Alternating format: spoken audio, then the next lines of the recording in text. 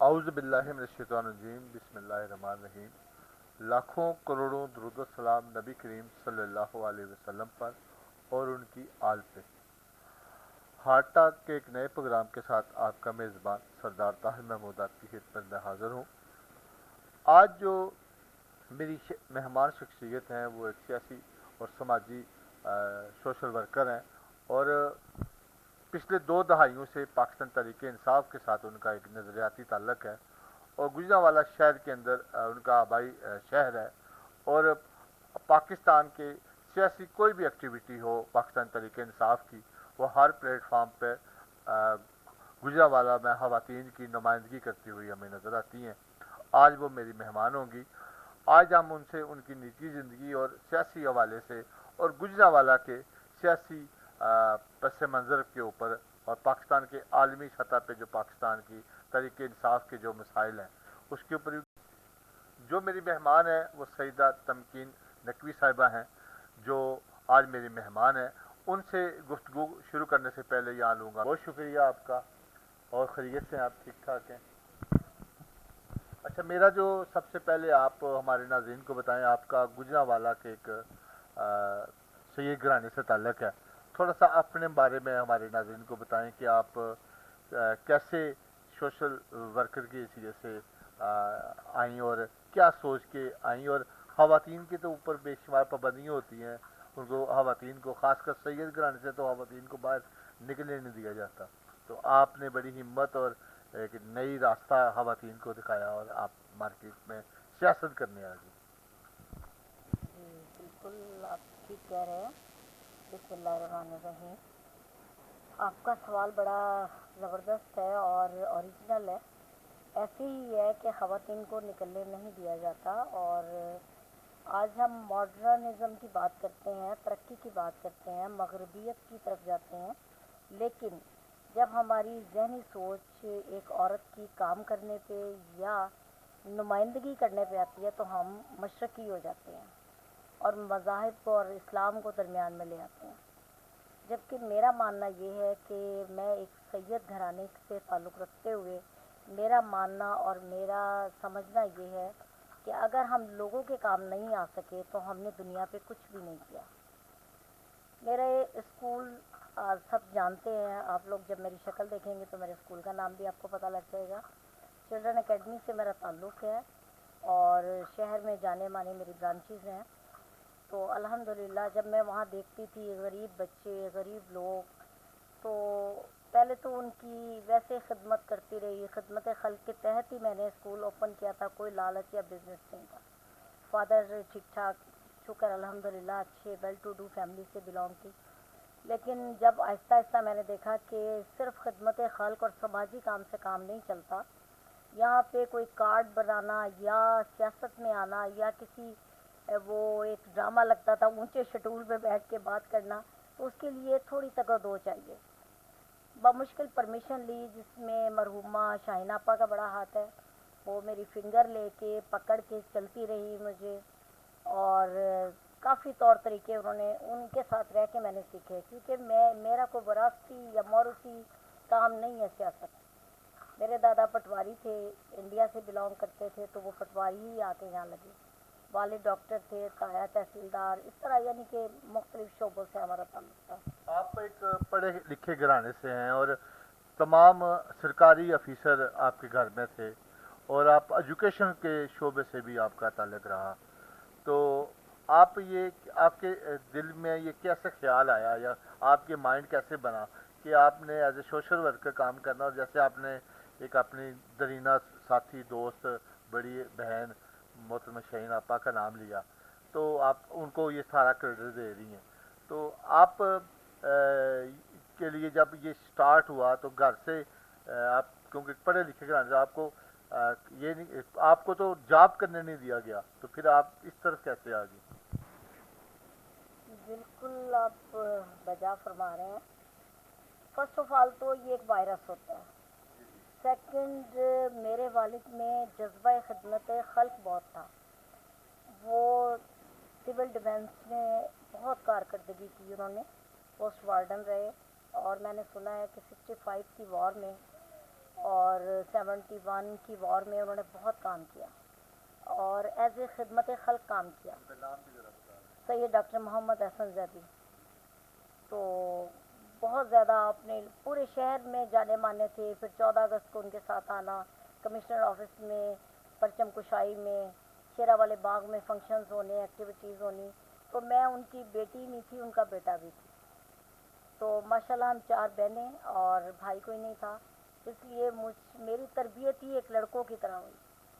وہ تیار ہو رہے ہوتے تھے 14 اگست کو اور میں اسٹک لے کے پورے ان کے جو لڑکے تھے جو پریڈ کرتے تھے انہیں پورے روڈ پہ پریڈ کے لیے لائن اپ کرتی تھی. تو وہاں سے ایک شوق پیدا ہوا. پھر اس کے بعد گھر میں کوئی چھوٹا بچہ نہیں تھا, بچے بلا کے فی سبیل اللہ انہیں پڑھانا اور ان کو سارا کچھ کرنا. وہاں سے میڈم کا لقب مجھے ملا, عزت ملی, پیار ملا.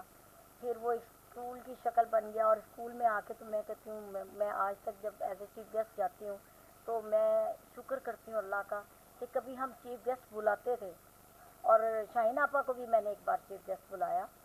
تو اس کے بعد جب مجھے یہ موقع ملتا ہے تو میں الحمدللہ کہتی ہوں کہ کبھی سوچا بھی نہیں تھا کہ ہم اس طرح بیٹھیں گے اور اس طرح عزت ملے گی, یہ خواب سا لگتا ہے. تو شاہین آپا نے اجازت لی میرے فادر سے, کیونکہ ان کے فادر کی اور میرے فادر کی دوستی تھی as a doctor, as a colleague. تو انہوں نے کہا ٹھیک ہے. تو پھر ضلع کونسل ایک گھر لگنے لگا. پھر لیڈیز کلب کی ممبرشپ میں نے لی, وہاں کی میں کافی دیر اسٹیٹ سیکرٹری رہی. اور پھر جو فنکشن ہوتے تھے, شاہین عتیق تھی اور دوسری رانا علیم مشہدی, سید علیم مشہدی صاحبہ تھیں, اس وقت منسٹر تھیں وہ لیبر ونگ کی.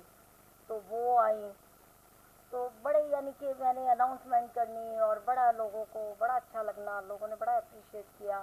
اور پریس سے تو میرا چولی دامن کا پھر ساتھ رہا, اسکول کے فنکشنز میں آ رہے ہیں, اس طرح سماجی فنکشنز میں آ رہے ہیں. سیاست اتنی ہائی لائٹ نہیں تھی. پھر نون نے بہت چاہا بلانا, لیکن میں نے نون کو پتہ نہیں کیوں میں نون کے ساتھ نہیں چل سکی. مشرف صاحب کے دور میں ضلع امہ کے ساتھ ہم نے بہت کام کیا. ضلع امہ سے مجھے ایوارڈ بھی ملا, نیلوفر بختیار, میں ضلع امہ ضلع کونسل میں ایک فنکشن میں ساتھ ساتھ ہیں اور مجھے ایوارڈز ملے ہوئے ہیں. پھر جب اس کا مرڈر ان کا ہو گیا تو اس کے بعد بہت عجیب سی پریشانی ہوئی کہ کیا عورت کی یہی ویلیو ہے, کیا عورت باہر نکل کے کام نہیں کر سکتی, حالانکہ وہ اچھا کام کر رہی. گجرانوالہ میں کچھ گنی چنی خواتین ہیں, جیسے آپ نے محترمہ ضلع ہما صاحبہ کا بھی ذکر کیا, صاحب کا تو ان کو بھی ایک مرڈر کر دیا گیا. تو اسی طرح شاہین آپا کچھ اسی طرح نون کی ہیں, یعنی مختلف چند گنی چنی ہم خواتین ہیں جن کے ہم انگلیوں پہ نام گن سکتے ہیں. تو ہمارا شہر اس لحاظ سے دوسرے بڑے شہروں سے بہت پیچھے ہے. تو اتنی مشکلات اور معاشی مسائل بھی ہوتے ہیں خواتین کو. معاشی مسائل کے ساتھ ساتھ ان کو کنونس کا مسئلہ, بے شمار دوسرے مسائل ہیں. ان حالات میں بھی آپ سمجھیں کہ خواتین کو سیاست میں آنا چاہیے. جی دیکھیں, ظلم کے خلاف اگر آواز نہیں اٹھائیں گے تو ہم بھی اتنا ہی ظالم کی صفوں میں شامل ہوں گے. اور حق کے سادات یہ ہے, اگر میں پرسنلی بات کروں, کہ آپ جناب ختیجہ سے اگر ہم انسپریشن لیتے ہیں تو دیکھیں کہ ایک مکہ مدینہ آج بھی انہی کی دولت سے کتنا امیر ترین ایک ملک ہے. اور انہوں نے اس وقت تجارت کی, نبی پاک کو اپنے غلام کے ذریعے پیسے بھیجے, پھر صرف خدمت خلق کے لیے اور نبی پاک کی صفات سے متاثر ہو کے انہوں نے اتنا بڑا قدم اٹھایا. نہ صرف سماجی کارکن بنی بلکہ حضور پاک صلی اللہ علیہ وآلہ وسلم کی ازواج مطہرات میں شامل ہوئیں اور ان سے نکاح کیا. اور یہاں سے پھر چلتے چلتے آپ دیکھتے جائیں, جناب فاطمہ سلام اللہ علیہ کو دیکھیں کہ وہ ایک رسول زادی ہو کے اور اتنی بڑی شان خاتون جنت ہو کے انہوں نے کام کیا, گھر کا بھی کام کیا, لوگوں کو ایسی ایسی چیزیں بتائیں, کوئی سوال ہی خالی نہیں جاتا تھا. طریقت علی, طریقت مولا علی, طریقت نبی, انہوں نے عورتوں کو تدریس کی. پھر اس کے بعد آپ چلتے چلے آئے تو دیکھیں کربلا میں جس وقت امام حسین شہید ہو گئے تو کربلا ختم ہو جاتی. 10 محرم کو میں سمجھتی ہوں کہ اذان بند ہو جاتی. اگر جناب زینب سلام اللہ علیہ نہ ہوتی تو نبی زادیاں آگے آئیں. جناب زینب کے خطبات آپ پڑھیے, نہج البلاغہ پڑھیے, اور اس کے بعد اسلام کو قریب سے دیکھیے. کہیں بھی عورت کا مقام نیچے نہیں ہے. ہاں, عورت غلط راستے پہ غلط ٹریک پہ نہیں چلے, اور مرد ہی ہے جو اسے غلط ٹریک پہ چلاتا ہے یا چلنے کی اجازت دیتا ہے. لیکن عورت کو خود پرسنلی اپنے آپ کو قائم رکھنا چاہیے اور اپنی عزت لے کے چلنی چاہیے اپنے اباء و اجداد کو. اور دیکھیں جناب زینب نے جو خطبہ یزید کے دربار میں دیا, آج ہی وہ وقت مجھے یاد آتا ہے, وہ نظر آتا ہے. پرسوں میں مناج القرآن کے ایک فنکشن میں گئی تھی, وہ جناب زینب سلام اللہ علیہ کے یہی نام پہ انہوں نے کیا ہوا تھا. تو وہاں بھی میرے اسپیچ کے یہ ورڈ تھے کہ کل بھی انہوں نے یزید کو للکار کے کہا تھا کہ اے یزید, تو کیا سمجھتا ہے کہ تو ظلم و جور سے اور سب کو شہید کر کے اور عورتوں اور بچوں پہ, نہتے عورتوں اور بچوں پہ ظلم کر کے تو جیت گیا, تو قیامت تک لعنت کا ایک ذمہ دار انسان ہو گیا, اور تو قیامت تک تیرے اوپر لعنت پڑے گی. دور حاضر میں بھی اگر آپ دیکھیں کہ آج کی سیاست میں, بلکہ 70 سال کی سیاست میں آپ کہہ لیں, آج کی سیاست میں کیا ہو رہا ہے؟ عمران خان کا قصور کیا ہے؟ صرف یہی قصور ہے کہ اس نے حق کے لیے آواز اٹھائی, پرسنلی اپنی جائیداد بنانے کے لیے, اپنے پیسے کو باہر لے جانے کے لیے, اپنے بچوں کو یا اپنے بہن بھائیوں کو بھرنے کے لیے نہیں. آپ یہ سمجھتے ہیں کہ خواتین کو ہر لحاظ سے آ کے سیاست میں آنا چاہیے اور اس معاشرے کو ضرورت ہے اس کی؟ جی بالکل بالکل. سیاست تو ایک چھوٹی چیز رہ جاتی ہے. آپ اگر باہر کی کنٹریز میں دیکھیں, اسلامی کنٹریز میں دیکھیں, میں ایران گئی ہوں, عراق گئی ہوں, وہاں میں نے پائلٹ عورت دیکھی ہے, انجینئر عورت دیکھی ہے, فصل اگانے والی ٹریکٹر ٹرالی چلاتے ہوئے عورت دیکھی ہے, لیکن باحجاب دیکھی ہے, پردے میں دیکھی ہے. اور سیاست تو ایک فورم ہے جدھر ہم اپنی آواز بلند کر سکتے ہیں, اور اب موجودہ دور کی سیاست میں یہ سمجھتی ہوں مور ایزی. کیا آپ سمجھتی ہیں آپ جب سیاست میں آئی تو آپ کی فیملی نے آپ کو تنقید یا اس کی رکاوٹ ڈالنے کی کوشش نہیں کی؟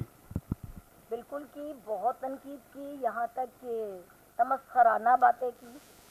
اور پوسٹر کو دانستہ کہتی تھی میری کزن, حالانکہ ہائی کوالیفائڈ ہے, کہ اشتہار لگے ہوئے ہیں. اور لیکن جو نیو جنریشن, میرے بھانجے, میرے بیٹے بھتیجے, وہ سب بہت اپریشیٹ کرتے ہیں, کیونکہ انہیں پتہ ہے دور حاضر میں عورت کی ویلیو کیا ہے اور کتنے پرسنٹ عورت ہمارے ملک میں آبادی کے لحاظ سے پیدا ہے. بلکہ اور عورت, نیپولین نے کہا تھا کہ آپ مجھے پڑھی لکھی ماں دو, میں آپ کو پڑھا لکھا معاشرہ دوں گا. ایک عورت کو جب ہم ذہنی ٹارچر کر کے اس کو بجٹ سے بھی کم پیسے دے کے کہتے ہیں کچن بھی چلاؤ, بچوں کو بھی پڑھاؤ, تربیت بھی کرو, گھر بھی ایٹ دا اسپاٹ صاف ہو, جب ہم آئیں ٹیبل پہ کھانا بھی لگاؤ, اور خود سے بھی تم سے اسمیل نہ آئے, تم بھی نیٹ اینڈ کلین نظر آؤ, تو وہ عورت ذہنی مریض ہو جاتی ہے, اس کی کوئی ایکٹیویٹیز نہیں رہتی. اور آج کل کے دور میں ایک چھوٹی سا ایک روشنی ملی ہے, وہ ہے موبائل. اور آج کل شرح طلاق بھی اسی لیے, بلکہ میں بات کر تھوڑا موڑ رہی ہوں, کہ شرح طلاق بھی اسی لیے بڑھ گئی ہے کہ جب عورت سیل فون کے دھیان لگتی ہے تو یہ منہ سے ایک روشنی کی کرن نظر آتی ہے, وہ آگے سے آگے, آگے سے آگے, آگے سے آگے کہیں چلی جاتی ہے, کچھ بھٹک جاتی ہیں. لیکن جب مرد لوگ یہ دیکھتے ہیں کہ عورت موبائل کو سارا دن لگی رہی, اور کچن اور بچے اور اپسیٹنگ, تو وہ پھر لڑائی جھگڑے, شرح طلاق. ہمارا یہ جو کورٹ ہے وہ بتاتا ہے کہ شرح طلاق کی میجر کاز, اور میرے پاس بھی بہت سے کیسز ہوتے ہیں. آپ نے جیسے شروع میں ہمارے ناظرین کو بتایا کہ آپ 4 بہنیں اور بھائی نہیں ہیں, تو کبھی یہ بات آپ کو رکاوٹ بنی کہ بیچ میں اگر کوئی بھائی ہوتا ہمارے ساتھ, اور آپ کے والد نے آپ کو ہمیشہ بہنوں کو بیٹوں کی طرح رکھا, اور خاص کر آپ کے ساتھ بیٹوں جیسا سلوک زیادہ ہوا, تو یہ چیز آپ کو رکاوٹ ڈالنے میں کم رہی, گھر میں والدین کی بھرپور سپورٹ رہی ہوگی؟ جی, والدین کی بھرپور سپورٹ رہی. واحد میں تھی کہ مجھے اجازت ملتی تھی, اور مجھے ٹیل رکھنے کی بھی کوئی ضرورت نہیں محسوس ہوئی, ابھی تک مجھے ٹیل بنانی بھی نہیں آتی. اور کالر والی شرٹ، اور میرا گیٹ اپ اس طرح کا رہتا تھا. لیکن اب ظاہر ہے ریلیشن جیسے بڑھتے جاتے ہیں، شادیاں ہو جاتے ہیں، تو پھر عورت کو عورت بن کے رہنا پڑتا ہے. بڑی مشکلات، لیکن مجھے کبھی بھائی کی کمی نہیں محسوس. میرے والد کہتے تھے اپنے من میں ڈوب کے پاجا سراغ زندگی، تو میرا نہیں بنتا تو نہ بن، اپنا تو بن. تو اپنی زندگی آپ پیدا کر اگر زندوں میں ہے تو ہم لوگ نہیں فیل کرتے کہ یہاں پہ مرد چاہیے. اور اگر کوئی مرد ہٹ کرتا ہے یا مرد ہمیں فیل، عورت کے اندر ایک حص اللہ تعالیٰ نے یہ ودیت کی ہے کہ اسے بڑی جلدی اسمیل ہوتی ہے. اور بینگ اے سید مجھے تو بہت جلدی اسمیل ہو جاتی ہے کہ یہ مرد کس کیٹیگری کا، کس کیلیپر کا ہے، کس تھنکنگ کا ہے، اس ٹائم یہ کیا سوچ رہا ہے، اور اس کو فرسٹ لک میں کیا فیل ہو رہا ہے. تو خود اسٹرانگ ہو تو انسان، مرد کوئی بندے نہیں کھاتا، وہ کوئی بیوی کو کیا کہے گا. جب تک بیوی خود اسٹرانگ ہے، کوئی مرد کوئی بھی، ہاں دیکھنے والے بہت کچھ باتیں کرتے ہیں. گجرا والے کا بھی المیہ یہی ہے. مجھے اکثر کہا جاتا ہے جلسوں میں نظر نہیں آتی، جلوسوں میں نظر نہیں آتی. میں لاہور جا کے اسٹرائک کر رہی ہوتی ہوں کیونکہ وہاں کی خواتین اسٹرانگ ہیں، وہاں مرد نہیں ساتھ پٹکتا، وہاں صرف خواتین ہوتی ہیں. نعرے بازی کر رہی ہیں خواتین، انٹرویوز لے رہی ہیں لڑکیاں، لے رہی ہیں کالج یونیورسٹی کی لڑکیاں آئی ہوئی ہیں. اور جتنے بھی نام ہیں لاہور کے وہ بڑے، یہاں تو واقعی گنے چنے سے نام ہیں، لیکن وہاں بڑی اچھی اسٹرانگ لیڈیز ہیں. اور وہ پھر مردوں کا سہارا نہیں، خود ڈرائیو کر رہی ہیں. اگر ان کے ساتھ سوشل میڈیا کوئی ہے تو وہ ایک دو مرد لگا لیں تو لگا لیں. آپ گجرانوالہ کے کس ایریے سے ہیں، اور آپ کا بچپن عام لڑکیوں جیسا تھا یا آپ کا بچپن کچھ مختلف تھا؟ بہت مختلف، بہت مختلف. میں گجرانوالے کے بڑا، یعنی کہ گجرانوالے کا دل ہے. آج بھی آپ کالج روڈ جائیں تو رات 2 بجے 2:30 بجے وہاں کھانے پینے کی چیزیں چل رہی ہوتی ہیں. میں گوبند گڑھ، کالج روڈ، بلکہ ایک سائڈ سے دیکھوں تو نائلہ چوک، تو سیرا سائندہ ڈیرا، سائندہ ڈیرا بڑا مشہور، وہاں سے لوگ گزرتے ہوئے ڈرتے تھے کسی زمانے میں. بچپن ایسے گزرا. پھر کالج ہم نے جی سی کالج جوائن کیا، جی سی اسکول، گورنمنٹ اسکول نمبر 1 سے میری اسٹڈی ہوئی. تو اس کے بعد جی سی کالج سیکٹر ٹاؤن سے کمپلیٹ کیا. پھر میں نے ہوم اکنامکس میں اسپیشلائزیشن، یعنی کہ میں ہی میں نے آگے تعلیم جاری رکھی. تو اچھا، بچپن میں آپ کی بھی سہیلیاں ہوں گی، اسی طرح آپ بھی کھیلتی ہوں گی جیسے گڑیا کے ساتھ، کوئی اس طرح کا کوئی واقعہ، کوئی ایسی یاد جو سہیلی ہو، آج بھی آپ کی وہ سہیلی ہو بچپن کی؟ جی بالکل ہے، بلکہ میں نے میٹرک کے پیپر بڑی ارلی ایج میں دیے. سب سے چھوٹی تھی، سب کی کتابیں لے کے پڑھتی تھی. اور میری مدر ماشاء اللہ اس دور میں اتنی پڑھی لکھی تھی، انگلش، اردو، ہر چیز، عربی، تمام تعلیم انہوں نے دی. اور وقت سے پہلے ایجوکیشن اتنی زیادہ مل گئی تھی کہ میں نے پڑھانا شروع کر دیا. وہی دوست ہوتی تھی، وہی اسٹوڈنٹ ہوتی تھی. اور میرا شوق یہی تھا کہ گڑییں وہ بھی سائڈ پہ بٹھا لینی. اور وہ بھی اس وقت یہ کانسیپٹ بھی نہیں تھا کہ جگہ جگہ اسکول، جیسے اب ایک سیل سینٹر ہے، اس وقت تو گورنمنٹ اسکول وہ بھی کہیں کہیں. تو لیکن بس ایک اندر ہی کچھ تھا، اللہ کی طرف سے تھا کہ میری ماموں کی بیٹی، اس وقت وہ باہر ہے ملک سے، تو وہ ابھی بھی مجھے کال کر کے کہتے تو شروع سے میڈم بننے کا شوق تھا، تو ہمیں بھی کھڈے لائن لگا کے بٹھا لیتی تھی اور ایک کتاب پکڑ کے کہتی تھی پڑھو سب.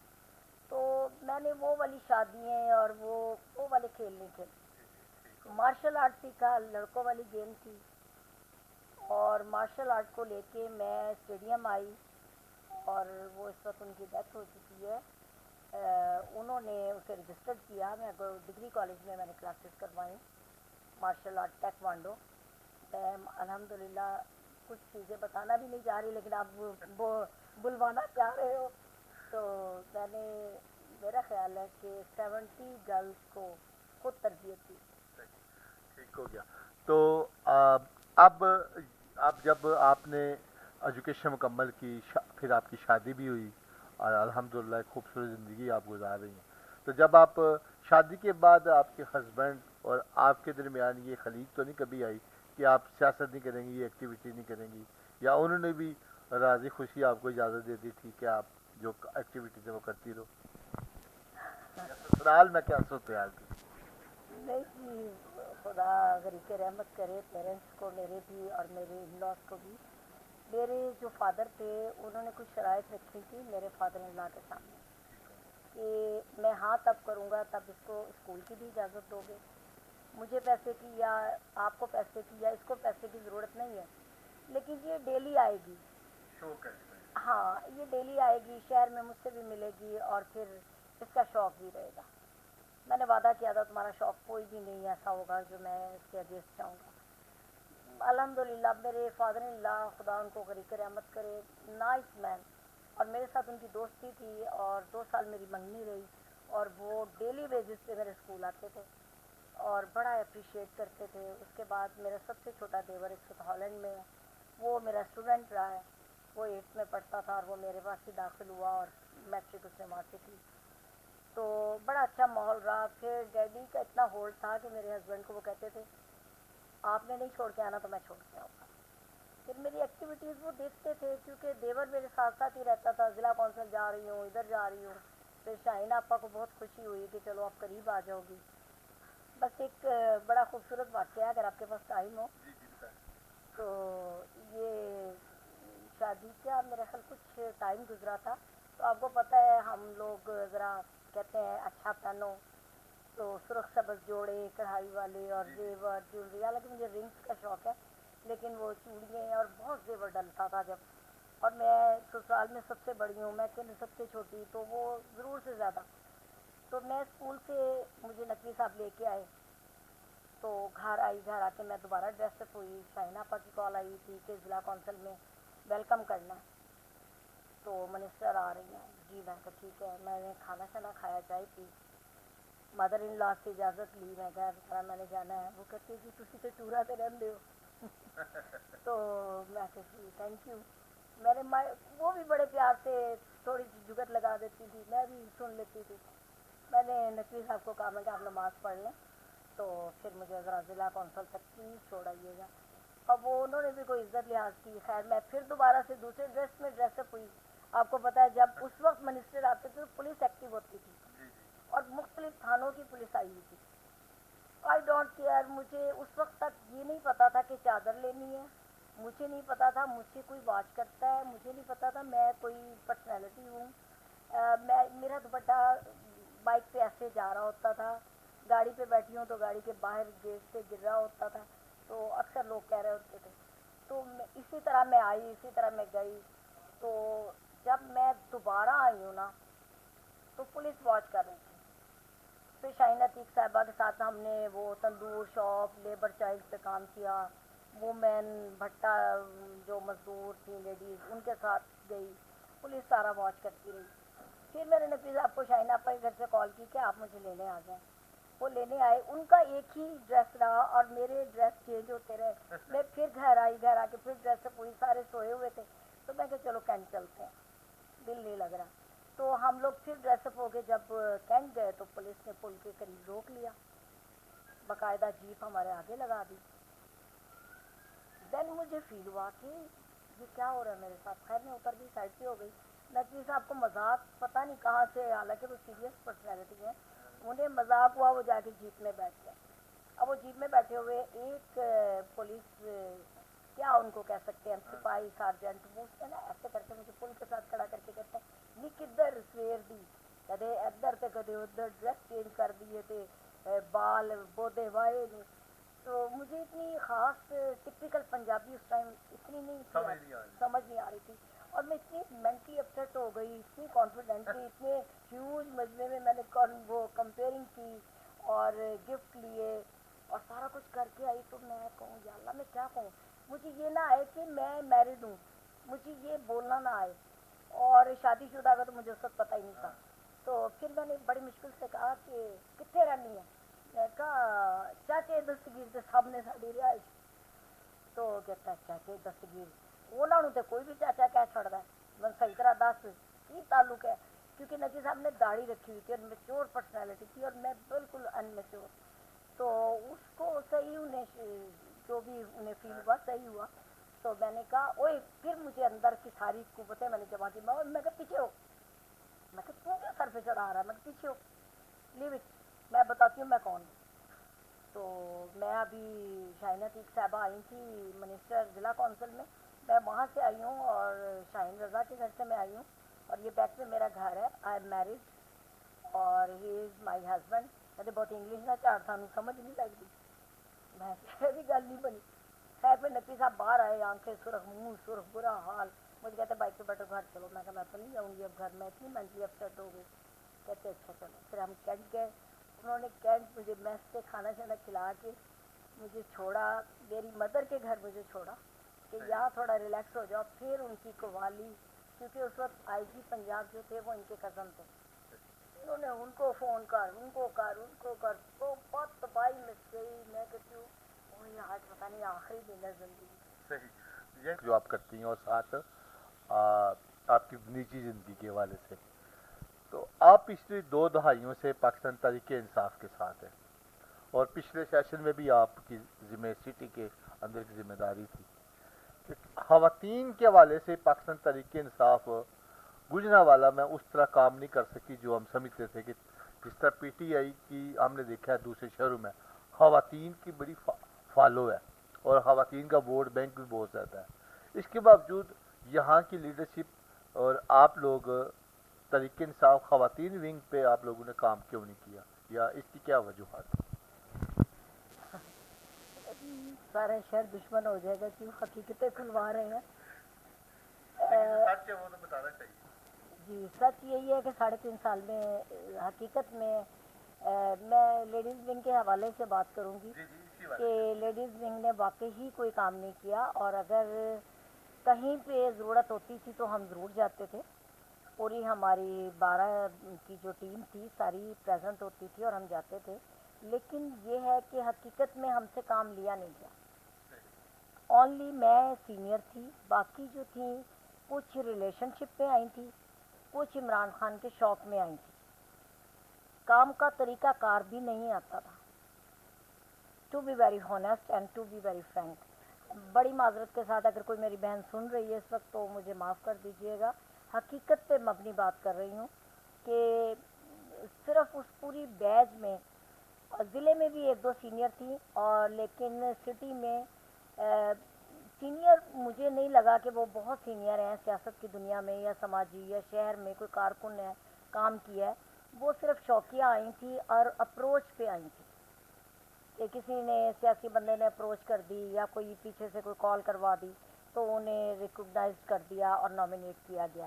کیونکہ کام ہوتا ہے جذبہ حب الوطنی سے, کام ہوتا ہے اندر کے ایک جذبے سے, چاہے اس میں ہرڈلز آئیں, بارش آئے, گاڑی کا کنوینس کا پرابلم ہو, یکجہتی ہو, اور اس میں انسان کام کرتا ہوا نظر آئے تو پتہ چلتا ہے. کام بولتا ہے, ایک کام بولتا ہے. یہاں سے گجرانوالہ سے بھی ایک ایم این اے ہماری بنی محترمہ, وہ کرونا کے دوران وہ فوت بھی ہو گئی, اور شہر کو ایک اونرشپ بھی ملی کہ پہلی دفعہ پاکستان تحریک انصاف کے ٹکٹ پر بے شک کوٹے کے اندر ہی وہ ایم این اے بنی میڈم محترمہ شہین. تو اس کے باوجود پورے ضلع کے اندر ہم تنظیم سازی نہیں آپ لوگ کر سکے. اگر کی تو چند ایک خواتین کو ابلائز کرنے کے لیے شہر کے اندر یا ضلع کے اندر نامزد کیا, لیکن وہ پورے یونٹ نہیں بن سکے. یہ تنظیمی خامی ہے پاکستان تحریک انصاف کے ساتھ, آپ سمجھتی ہیں؟ جی ویری ٹرو, یہ بالکل تنظیمی خامی ہے.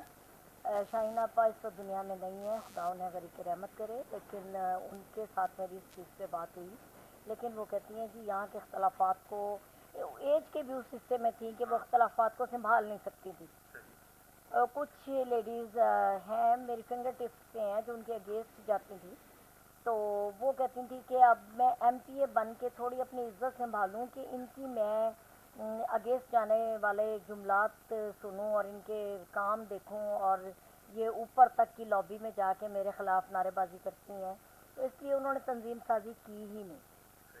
سیکنڈ, جب اب اپرچونٹی ملی ثانیہ کامران کے آنے کے بعد تو اس میں بھی بڑے تفریق اور تفرقات پڑے اور بڑا کچھ ہوا. مجھے بھی کچھ سینئر رہنما جو لیڈیز تھیں جس میں سعدیہ سہیل رانا جی ہیں اور 2-3 اور ایم پی اے ہیں, ایڈوکیٹ ہیں 2-3, انہوں نے کال کی کہ نہیں شی از اے سینئر پرسنالٹی, آپ ان کو لیں.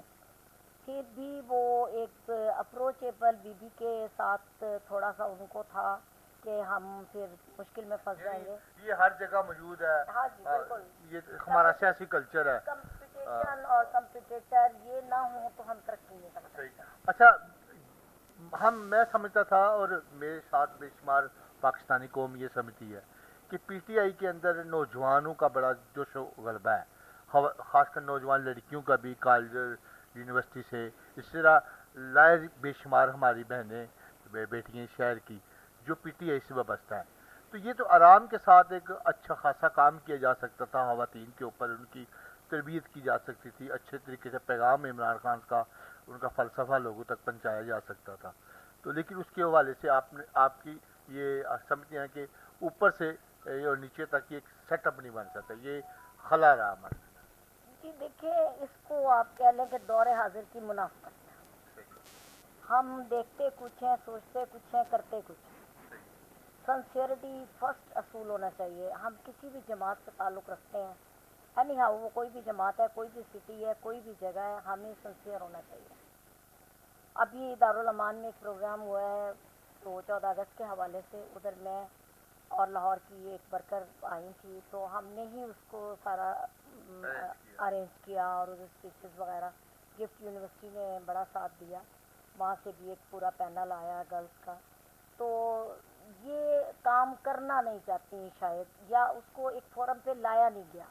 میری اب آپ کے چینل کے اس سے ایک کوشش ہے اور سب کو ایک پیغام ہے کہ مجھے آپ لوگ جانتے ہوں گے, اگر نہیں جانتے تو جان جائیں. آپ پلیز میرے فورم پہ آئیں, مجھے کال کریں, میرے ساتھ ملیں اور چلیں. ہم بتائیں گے کہ پی ٹی آئی کا موقف کیا ہے, ہم کس چیز کے لیے باہر آئے ہیں, عورت کے حقوق کیا ہیں. عورت یہ نہیں چاہتی کہ وہ باہر آزادی سے پھرے, یہی ایک حق ہے اس کا. عورت کے ڈھیروں حقوق ہیں. عورت کے اندر چھپی ہوئی ہزاروں کوالٹیز ایسی ہیں جو وہ ایک مرد کے پیچھے ہی گزار کے قبر میں چلی جاتی ہے. جبکہ شرافت کے ساتھ, انسانیت کے ساتھ, اپنے میاں اور اپنے بچوں کا سر بلند کرنے کے ساتھ, اپنی فیملی, اپنے خاندان, سب کا سر فخر سے بلند کر کے وہ بڑے اچھے کام کر سکتی ہے. کیونکہ ہماری تبلیغ یہ ہے, ہمارے جد کا پیغام یہ ہے, ہمارے شہداء کا پیغام یہ ہے. کیا آپ سمجھتے ہیں کہ پچھلے 4 سال جو ٹرنیور گزرا پی ٹی آئی کا, حکومت میں بھی, وفاق میں بھی تھی اور پنجاب میں بھی تھی, لیکن اب پنجاب میں اور لیکن وفاق میں نہیں, کہ گجرانوالہ شہر کے لیے 4 سال میں پی ٹی آئی نے کوئی ایسا کام کیا ہے یا ان لوگوں کو کوئی تحفہ دیا ہے جب ہم لوگ اس شہر کی کچھ کرنے کے لیے ناکام رہے؟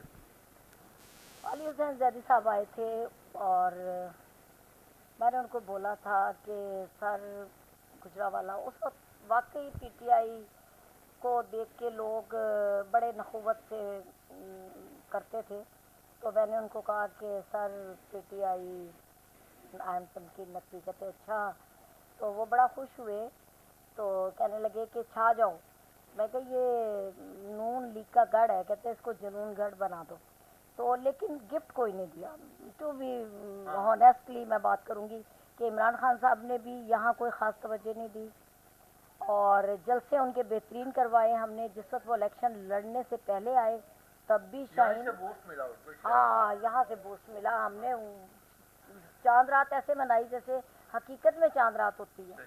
اور مارننگ میں ایک طوفان لے کے ہم شاہین آپا کے ساتھ گئے اسٹیج پہ اور اسٹیڈیم میں, اور لان صاحب جینٹس کو لے کے نکلے اور مزہ آیا. پتہ چلا گجرانوالے میں. اور اس وقت بھی میں ایک پروگرام میں لاہور میں تھی تو الوی صاحب اسپیچ کر رہے تھے اور میں فرنٹ سیٹ پہ بیٹھی ہوئی تھی, تو انہوں نے کہا گجرانوالے نے پھٹے اٹھا دیے ہیں بھائی وہاں کے جلسے نے. تو میں نے یہ نہیں دیکھا کہ وہ اسپیچ کر رہے ہیں, میرے فوراً سے ہاتھ اٹھائے. میں کہا سر میں گجرانوالے سے. تو بڑا خوش ہوئے, کہتے میں پہلے دیکھ رہا تھا نیا چہرہ ہے. تو اس کے بعد وہ ملے بڑے اچھے طریقے سے, تصویریں وغیرہ بنوائی.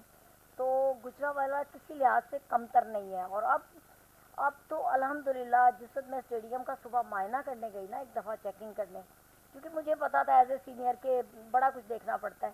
میں نے وہ جو کیپ وغیرہ سیل کر رہے تھے اور جو کچھ ان سب کو باہر اٹھایا اور پولیس والوں سے بات کی اور رینجرز دیے وہ.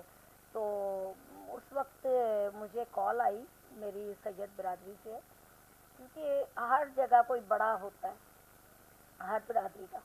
تو وہ ہماری برادری کے کچھ بڑے لوگ تھے, تو کہتے ہیں کہ جلسے کا ٹائم کیا ہے؟ میں کہا جی، وہ کیونکہ مجھے تنقید کرتے تھے، میرے بیٹوں کو کہتے تھے اب ہماری بہن نے کون سی جماعت جوائن کر لی، کیونکہ اس جماعت کے لیے نا کچھ لوگ بڑا غلط سوچتے ہیں کہ عورت انٹر ہوگی تو وہ غلط ہی عورت ہوگی اس جماعت میں، حالانکہ ایسا کچھ بھی نہیں ہے. آپ خود صاف ہو تو سب صاف ہے. ہر جماعت میں غلطی ہیں، اچھے برے ہوتے ہیں. تو میں کہا جی خیریت، کتنے بجے یہ پروگرام ہونا ہے؟ تو کہتے ہیں جی پوری برادری آئے گی تو آپ ہمیں کیا فیور دیں گے؟ میں کہ جی آپ گیٹ نمبر 5 سے انٹری ماریں، میرا نام لیں، میرا کارڈ ان کے پاس ہے، آپ آئیں، عزت ملے گی. لیڈیز اس گیٹ سے آئیں، جینٹس اس گیٹ سے آئیں. اور میں یقین کریں کہ میں ادھر ہی سجدہ شکر میں پڑ گئی کہ آج میری برادری کو کیا ہو گیا. گجرا والے کی خوبصورت برادری ہے. تو میں حیران پریشان. اور رات بھی ہمارا کٹ تھا، ایک مجلس تھی، تو اس پہ بھی مجلس کے بعد یہی تذکرہ ہو رہا تھا کہ نون والوں کا بیڑا غرق ہو جائے. ایسے پلے اٹھا کے جب ایک سید زادی یا سید زادہ بد دعا دے رہا ہے تو ان کا تو ہو جانا بیڑا غرق. اچھا، آپ پاکستان تحریک انصاف میں 2 دہائیوں سے ہیں، آپ نظریاتی طور پر پاکستان تحریک انصاف کے ایک ورکر ہیں. آپ کیا سوچ کے تحریک انصاف میں آئی تھی؟ اونلی حق کا ساتھ دینا، کیونکہ ہمارا موٹو یہی ہے، ہماری زندگی اور موت یہی ہے. جس وقت ہم مجلس میں بیٹھتے ہیں، جس وقت ہم ماتم کرتے ہیں، جس وقت ہم تقریر کرتے ہیں، جس وقت ہم کربلا جاتے ہیں، جس وقت ہم واقعہ کربلا پڑھتے ہیں، خطبہ مولا علی پڑھتے ہیں، خطبہ جناب زینب سلام اللہ علیہ پڑھتے ہیں، یا نبی پاک کے وہ تذکرے ہم سنتے ہیں کہ انہوں نے حسنین کریمین کو اپنی گود میں بٹھایا یا سجدہ طویل کر دیا، تو یہ ساری قربانیاں دیکھتے جاتے ہیں تو یہاں نظر آتا ہے کہ حق اور سچ کا ساتھ دو. اس کے لیے آپ کی جان جاتی ہے، چلی جائے، جان نے تو ایک دن آپ جانا سمجھتے ہے. تھے کہ تحریک انصاف نظریاتی طور پر حق و انصاف کے لیے بالکل بنی ہے، اور بالکل اس لیے آپ آئی، ایگزیکٹلی. اور اس ملک و قوم کی تقدیر بدلنے کے لیے عمران خان. بالکل بالکل ایسے ہی جیسے کہ عام لوگ سوچتے ہیں کہ قائد اعظم کے بعد اگر کوئی لیڈر ملا ہے تو عمران خان. اچھا، ہم نے دیکھا ہے کہ پاکستان تحریک انصاف سوشل میڈیا کے اوپر خاص بڑا کام کرتی ہے، لیکن وہاں پہ ایک نیا ٹرینڈ آ گیا ہے، مختلف اداروں کے خلاف، مختلف شخصیات کے خلاف بیہودہ میسج کرنا، ان کے خلاف بات کرنا. کیا آپ جیسے سینئر لوگ اس چیز کی اجازت دیتے ہیں، یا اس کی آپ کبھی بھی آپ لوگ مذمت کرتے ہیں؟ آپ لوگ میں پرزور مذمت کرتی ہوں. ایجوکیشن کی کمی ہے. دیکھیں، اگر نظریاتی اختلاف ایک گھر میں بھی نہ ہوں تو وہ گھر بھی قبرستان بن جائے. صرف قبرستان میں دیکھیں ایک دوسرے سے بات چیت نہیں ہوتی، اور کیا ہوتا ہے اندر تو سب کچھ چل رہا ہوتا ہے، وہ رب جانے تھے حسین جانے، لیکن چل سب کچھ رہا ہوتا ہے. صرف وہاں ایک خوفناک سناٹا ہوتا ہے. گھروں میں کیا ہے، ماحول میں کیا ہے، پاکستان میں یا کہیں بھی نظریاتی اختلافات ہونے بہت ضروری ہے، کیونکہ اگر یہ اختلاف نہیں ہوں گے تو ہمیں اپنی برائیوں کا پتہ نہیں چلے گا. سبھی حاجی ہوتے ہیں، لیکن ایک حاجی ایسا ہوتا ہے جو پوائنٹ آؤٹ کر رہا ہوتا ہے کہ یہ چیز غلط ہے، یہ چیز صحیح ہے، اور ہمیں اس کو انالائز کرنا چاہیے اپنی پرسنالٹی پہ رکھ کے، نہ کہ میں آپ کی طرف ایک انگلی اٹھا دوں، 4 انگلی اپنی طرف اٹھا لوں کہ لہرا کے جس طرح لوگ باتیں کرتے ہیں بالکل غلط ہے. اس میں ایجوکیشن کی کمی ہے. یا یہ وہ لوگ باتیں کرتے ہیں جو محلوں میں پلے ہیں، جنہوں نے سونے کا چمچہ لے کے گھر میں پیدا ہوئے اور سیاست نام سے دھبا کالا ٹیکا لگانے کے لیے آئے ہیں. جو حقیقی سیاسی رہنما ہوگا یا ورکر ہوگا، جس نے غریب کے گھر بھی دیکھنا ہے، امیر کا گھر بھی دیکھنا ہے، بھوکے کو بھی روٹی کھلانی ہے، اپنی روٹی میں سے آدھا حصہ اس کو دینا ہے، وہ کبھی کسی کے لیے غلط سوچ نہیں رکھے گا. آپ ایک نظریاتی ورکر ہونے کے سیئے سے عمران خان کا جو موجودہ بیانیہ ہے، پہلے مریخ کی سازش کا لیٹر، پھر غلامی کی حقیقی آزادی، تو یہ تمام جو اس وقت پیریڈ چل رہا ہے، پھر اداروں کے خلاف بھی خان صاحب کے بیانات آتے ہیں، گل صاحب کے ساتھ جو معاملات ہو رہے ہیں، ان تمام کو آپ کس جگہ میں دیکھتے ہیں ایز اے سیاسی ورکر اور خواتین ونگ؟ جہالت. دیکھیں، بدلہ انتقامی یہ سیاست نہیں ہے، یہ انتقام ہے، یہ پرسنل لڑائی ہو رہی ہے ان کی. کہ نون والے ہوں یا پی ٹی آئی والے ہوں، اگر ہم کسی پہ ذاتیات کو لے کے مقابلہ کر کے جھوٹے جعلی پرچے بنوا کے شوق کرتے ہیں، ٹارچر دیتے ہیں، بیان لیتے ہیں، جیلوں میں گھسیٹتے ہیں، تو یہ صرف انتقامی وہ بیان بازی. ٹھیک ہے، ہمارے قائد نے، ہمارے عمران خان نے ان کی حقیقتیں کھول دی، بچے بچے پہ آشکار ہو گئے، اس کا انتقام آج ہمارے برکت سے لیا جا رہا ہے. گل کا قصور کیا ہے؟ وہ ایک پڑھا لکھا جینٹل مین بندہ ہے، امریکہ میں لیکچر دیتا ہے، کوئی وہ ایسا نہیں ہے کہ اس نے کوئی گھٹیا حرکت کی ہو. ایسے بیانیے نون والوں نے ہزاروں دیے ہیں، لیکن اس کے باوجود کوئی کسی کے لیے کوئی ایسا ٹارچر سیل نہیں بنایا گیا. اس بیچارے کے لیے ہماری بلند آوازیں ہیں کہ اس کو جلد سے جلد رہا کیا جائے، اور اگر کوئی ایلیگیشن لگی ہے تو سماعت پہ ڈالیں، عدالت میں ڈالیں. دیکھیں نواز شریف باہر بیٹھا ہوا ہے، شہباز شریف حکومت کر رہا ہے، ایک بی بی ہے، اس کا نام اتنا پاک ہے کہ میں لینا نہیں چاہتی، لیکن اس بی بی کو کیا پتا کہ سیاست کس چڑیا کا نام ہے، سیاست میں لوگ آتے کیوں اتنے دھکے کھا کے. اچھا، یہ آپ جیسے بتا رہی ہیں، آپ کہتی ہیں کہ انتقامی کارروائی نہیں ہونی چاہیے، نہ پی ٹی آئی کی حکومت کو لینی چاہیے، نہ نون لیگ کو. سیاسی ورکر، سیاسی جماعتیں ایک دوسرے کو داغ داغ کرتی ہیں، اور تیسری قوت اس کا فائدہ اٹھاتی ہے. آپ کا مقصد یہی ہے. اور دوسرا یہ بات میں جو کرنا چاہ رہا ہوں کہ موجودہ جو اس وقت ملک کے اندر بحران ہے، سیلاب کی وجہ سے، بارشوں کی وجہ سے، ہمارے دو صوبے مکمل طور پر اس کی زد میں ہیں، سندھ اور بلوچستان، اور جنوبی پنجاب کا بھی بیشتر علاقہ. تو اس کے حوالے سے ہماری سیاسی جماعتوں کو اس طرف توجہ دینی چاہیے، انسانیت کی خدمت کرنی چاہیے، لیکن اس طرف کوئی توجہ نہیں ہے. یہ ہمارا المیہ ہے. تو اس حوالے سے آپ ایز اے سیاسی ورکر کیا سمجھتی ہیں؟ یہ کمی ہے ہمارے سیاست کے اندر یا سیاستدانوں کے اندر؟ بالکل جی، تو میں کی لڑائی چھوڑ کے اس وقت دیکھنا چاہیے کہ انسانیت ختم ہو رہی ہے. ہمیں انسانیت کے نام پہ کام کرنا چاہیے. یہ ذاتیات اور یہ سیاسی جنگ و جدل کا میدان اس وقت کلوز کر دیں. دونوں جماعتیں، بلکہ یہ جو پی ڈی ایم جماعت ہے، یہ 14 یا جتنی جماعتوں پہ بھی 13 جماعتوں پہ مشتمل ہے. خدا کے لیے 13 جماعتیں ہی اپنی اس لڑائی، انتقامی لڑائی کو چھوڑ کے اگر عوام کے لیے نکلیں، عوام کے لیے کام کریں. بالکل ڈوب کی ہے. بلوچستان کا حال دیکھ لیں، سندھ کا حال دیکھ لیں. بے نظیر کا جو آبائی گھر تھا وہ منہدم ہو گیا ہے، گر گیا ہے. رات کو طوفانی تودہ آیا ہے، کوئی لہر آئی ہے. تو آپ اندازہ کریں کہ ہم کہاں پہ کھڑے ہیں. کیا ہم مسلمان ہیں؟ ہم نے آگے جا کے کیا جواب دینا ہے کہ بھئی ہم سیاست کھیلتے رہے ہیں، ہم نے انسانیت کی کوئی خدمت نہیں کی. ذاتی لڑائیاں ہمیں اس وقت نہیں لڑنی چاہیے. ہمیں یہ دیکھنا چاہیے ایک دوسرے کے کندھے سے کندھا ملا کے کہ ہم کیسے ان کی خدمت کریں. جیسے 2005 میں زلزلہ آیا، آپ بلیو کیجئے کہ پوری قوم اکٹھی ہو گئی تھی. پوری قوم. یہ کریڈٹ جنرل پرویز مشرف کو بھی جاتا ہے، اور ہماری تمام اداروں کو، افواج کو جاتا ہے، پورے بیوروکریٹس کو جاتا ہے، پوری چھوٹے چھوٹے عوام. مجھے اتنے چھوٹے چھوٹے بچوں نے پاکٹ منی لا کے دی ہے، اور میں اور میرے ہسبینڈ باغ میں جا کے ان کی مدد کر کے آئے ہیں.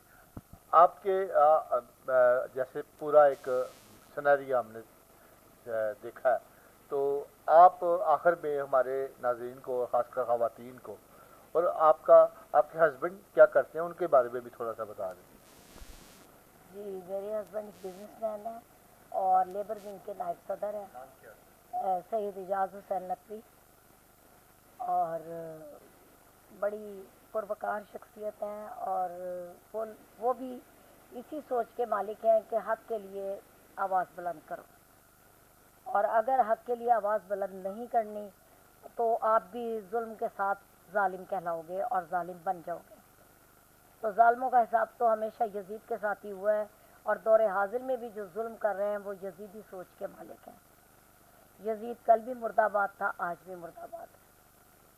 یہ کل بھی حق و باطل کی جنگ تھی. گو ہمیں ان ہستیوں کو آج کے خاکی لوگوں سے نہیں ملانا چاہیے، لیکن آپ دیکھیے کہ مارکا آرائی جب ہو رہی ہے، یہ ایک طرف لوٹ مار کا بازار گرم ہے، دوسری طرف ہم لوگ دیکھ رہے ہیں کہ عیش و عشرت چل رہی ہے. آپ ویڈیو کلپس دیکھیے، ان کے پرسنل لائف دیکھیے، ان کے ڈرائیور لوگوں سے بات کیجیے تو وہ کہتے ہیں جی انہوں سے پرواہ کوئی نہیں. تو پھر یہ حق کے لیے ہم لوگ کھڑے ہوئے ہیں، وہ بھی حق کے لیے اس رنگ میں آئے ہیں. ورنہ وہ پارٹی بازی اور سیاست سے بہت دور تھے، لیکن ان کو ہم لوگ گھسیٹ کے لائے ہیں. ان کے ٹرمز میں استعمال کرتی ہوں کیونکہ کمشنر کے پاس جانا ہے یا کہیں پولیس کا کوئی معاملہ ہے. ابھی بھی یہ فون ایک آیا ہوا تھا، ان کا ایک مسئلہ چلا ہوا ہے لاہور کی ایک پارٹی سے. یعنی آپ سمجھتی ہیں کہ گجرانوالہ کے اندر اگر سیاسی طور پر خواتین کو سیاست میں آنا چاہیے، اور پاکستان تحریک انصاف وہ پلیٹ فارم ہے جس کے اوپر خواتین آ کے سیاست کر سکتی ہیں؟ جی بالکل بالکل، گجرانوالہ اس وقت بہت براڈ ہے. کون سی چیز ہے جو گجرانوالے میں اویل نہیں ہوتی اور ملک سے باہر نہیں جا رہے؟ یہاں کی پروڈکشن دیکھیں، یہاں کا آپ بزنس مین دیکھیں، یہاں کے آپ باہر نکلیں.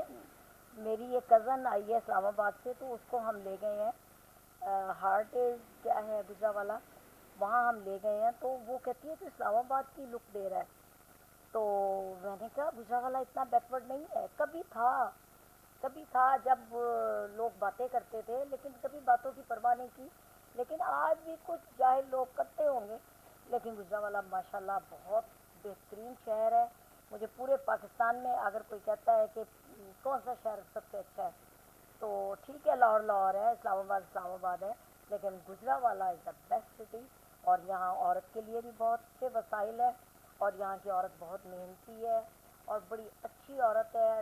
نیک عورتیں بھی بہت ہیں، اور ہونیسٹ اور سچی عورتیں بھی بہت ہیں، اور ملک کے لیے خدمت کرنا بھی چاہتی ہیں. صحیح. اور آخر پہ یہ بتا دیں کہ آپ ایز اے سیاسی ورکر ایک سابقہ عہدے دوران پاکستان تحریک انصاف کی، کیونکہ پنجاب میں گجرانوالہ شہر کو تحفے کے طور پر اپیل کر سکتی ہیں ہمارے کیمرے کے توسط سے کہ اس کو شہر کو بچیوں اور بچوں کی یونیورسٹی، ایک ہاسپٹل، چلڈرن ہاسپٹل، اور یہ جو بنیادی ضروریات زندگی ہیں، اس شہر کے اوپر بھی یہ سیاستدان اگر نظر کرم کر دے تو مہربانی ہوگی. کیوں نہیں جی، ہم ڈنکے کی چوٹ پہ ان لوگوں کو کہیں گے، کیوں نہیں کہیں گے. چودھری صاحب کو بھی میرا پیغام ہے، پی ٹی آئی کے فورم پہ جتنے بھی اس وقت ون ہوئے ہیں ان کو بھی، کیونکہ ان کے لیے ہم نے بہت کام کیا ہے. تو گجرانوالے میں جو بہت سی کمیاں ہیں، سب سے پہلے تو ہمارا برج، اوور ہیڈ برج ہمارا اتنا خراب بنا ہے. کچھ لوگوں نے اپنی پراپرٹی بچانے کے لیے اس کا بیڑا غرق کر دیا ہے. پیٹرول اتنا مہنگا ہے، اور وہ جو آئرن کا پل بنایا اس سے روزانہ کوئی نہ کوئی گرا ہوتا ہے. اس کے اوپر توجہ دیں. پھر اس کے بعد ہاسپٹل تو چلڈرن کا ہمیں چاہیے ہی ہے. ہمارا ڈی ایچ کیو کا ماحول اتنا خراب ہے، ان کا ہر اسیسریز ہوتے ہوئے ان کا جو اخلاقیات ہے اس پہ کوئی لیکچر نہیں دیتا. اخلاقیات بہتر ہونی چاہیے. یونیورسٹیز پرائیویٹ تو کافی ہیں، لیکن گورنمنٹ کی ایک ہی یونیورسٹی ہے. یونیورسٹی کا قیام ہمیں چاہیے. نہیں، یہاں بھی یونیورسٹی نہیں ہے میڈم. پنجاب یونیورسٹی وہ اس کا ایک کیمپس ہے نا، کیمپس ہے. گجرانوالہ یونیورسٹی. ہاں گجرانوالہ یونیورسٹی. گجرات کے اندر ہے. اور شکریہ آپ کا، بہت شکریہ. جی ناظرین، آج میرے ساتھ تھی محترمہ تمکینہ جی. دوبارہ جی، آج میرے ساتھ تھی میڈم